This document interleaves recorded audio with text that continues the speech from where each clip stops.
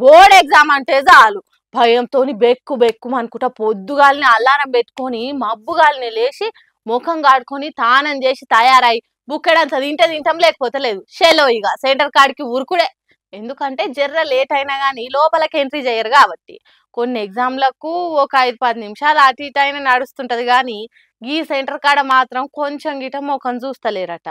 ఇగో గీ బుజ్జమ్మకు పాపం 2 అంటే 2 నిమిషాలు లేట్ అయినందుకు గేటు బయటనే ఆపేసిండ్రట. పాపం ఎంత దూరంకెంచి వచ్చిందో ఏమో. ఏమైంది తల్లి, ఎందుకు లేట్ అయింది నీకు? నా పేరు స్పందన. ఎంసెట్ ఎగ్జామ్ రాయడానికి వచ్చిన. ఎగ్జాక్ట్లీ 3 o'clock వచ్చిన సార్ అలౌ చేయలేదు. అడ్రస్ తెలియదు. జనగామ అవతల వేరే విలేజ్ ఉంటాయి మాది స్టేషన్ కనుకోరు. అంత దూరం చేసి వచ్చినాము. అయ్యో ఎంత పని అయిపోయే కదరా. ఒక్కటంటే ఒక్క నిమిషం ఆలస్యమైందని ఈఏపీ సెట్ పరీక్షకు రాయనీయలేదట.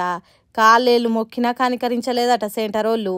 జనగామ జిల్లా స్టేషన్ గన్పూర్ కెంచి స్పందన అనే గీ బుజ్జి టీజీ ఈఏపీ సెట్ పరీక్ష రాసేటందుకు గట్కేసర్లున్న శ్రీనిధి ఇన్స్టిట్యూట్ ఆఫ్ టెక్నాలజీ కాలేజీలో సెంటర్ పడ్డదట. అయితే మధ్యాహ్నం 3 గంటలకు సెంటర్ కాడికి వచ్చేది ఉంటే 3 గంటల 1 నిమిషంకి వచ్చిందట. కాతమిగా గంత మాత్రానికే 1 నిమిషం ఆలస్యమైందని అధికారులు ఆమెను పరీక్ష రాసేటందుకు దోలలేదట. మరి ఇంతకు ఈ బుజ్జికి ఎందుకు లేట్ అయింది, కారణం ఏంది, ఎంత దూరంకెళ్ళి వచ్చింది, ఏం కథ అని కూడా అడగలేరట. పోని ఆమె చెప్తుంటే కూడా చెవున పెట్టలేదట ఆమె మాటలు.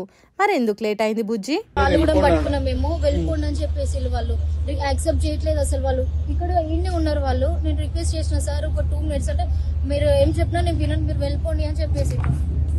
ఏదైనా తెలుసా శ్రీనిధి అనే ఇక్కడ ఈ సెంటర్ తెలుసా? గట్కేసర్ దగ్గర ఉంటుందని తెలుసు సార్. లొకేషన్ పెట్టుకుని వచ్చినాం. ఫ్లైఓవర్ దాటినాక స్టేట్ బొమ్మన్నారు సార్. 2-3 అడిగినాం.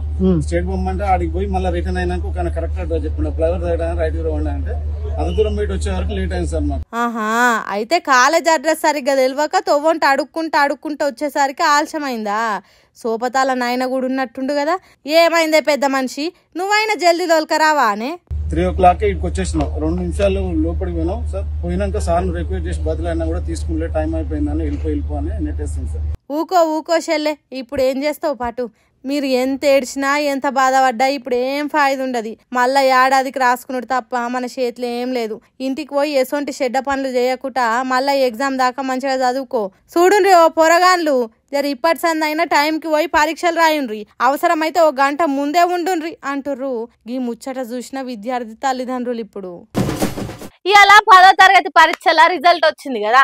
అమ్మయ్య, మా తమ్ముడు గాడైతే పాస్ అయిండబ్బా. పరీక్షలప్పుడు మా పిన్న అయితే నోరు బొంగ మొత్తుకొని ఆమె నిద్రే మానుకొని మరి కొట్టి చదివిపించింది. అందుకే కావచ్చు మొత్తానికైతే పాస్ అయి బయటపడ్డాడు. అసలు ఎన్నెనకేస్తాడో అని భయపడ్డం కానీ మా వాడు బాగానే కష్టపడ్డట్టుండు కదా. ఇక ఇలా దావతే ఇంటికి పోయినాక సరే మా ఓన్ కథ ఇట్లుంటే మరి రాష్ట్రంలో పోరలందరి కథ ఎట్లుంది? ఎంతమంది పాస్ అయ్యి మిఠాయిలు వంచుతుర్రో, ఎంతమంది దాస్తి కట్టుకొని ఏడ్చుకుంటా కూర్చుర్రో ఓ పారి చూసేద్దాం పాన్రి. రాష్ట్రం అంతటా 2024-25 విద్యా సంవత్సరానికి గాను 10వ తరగతి పరీక్షల ఫలితాలు వచ్చినాయి కదా. ఇక ఈ ఫలితాలల్లా టాప్ 3 వచ్చిన జిల్లాలు ఏవంటే, మొదటి స్థానంలో 99.29% తోని మహబూబాబాద్ జిల్లా నిలబడ్డది. రెండోది 99.09 సంగారెడ్డి జిల్లా వచ్చింది. ఇక మూడో జాగల వికారాబాద్ జిల్లా 73% తో నిలబడ్డది. ఇక మాకు తక్కువ మార్కులు వచ్చినాయి, మేము అస్సలు ఫెయిల్ అయ్యేటోళ్ళమే కాదు అన్న అనుమానాలు ఉండేటోళ్ళు మే 15 దాకా రీవెరిఫికేషన్ కు అప్లై చేసుకునే ఛాన్స్ ఉంది. ఒక్కో సబ్జెక్ట్ కు 500 కట్టి మీ అనుమానాలు తీర్చుకోవచ్చు. కష్టపడి చదివిన వాళ్ళు పాస్ అయినామని ఎట్లా సంబరాలు చేసుకుంటుర్రో ఫెయిల్ అయిన వాళ్ళు కూడా గట్లనే ఉండుర్రి. రాత బాలేక తప్పింది అనుకోర్రి. అంతేగాని ఈ పరీక్షలల్లో ఫెయిల్ అయితే మొత్తం జిందగీలోనే ఫెయిల్ అయినట్టు అడ్డమైన కథలు పడి పానాల మీదకి తెచ్చుకొని అయ్య వాళ్ళని బాధ పెట్టకుర్రి.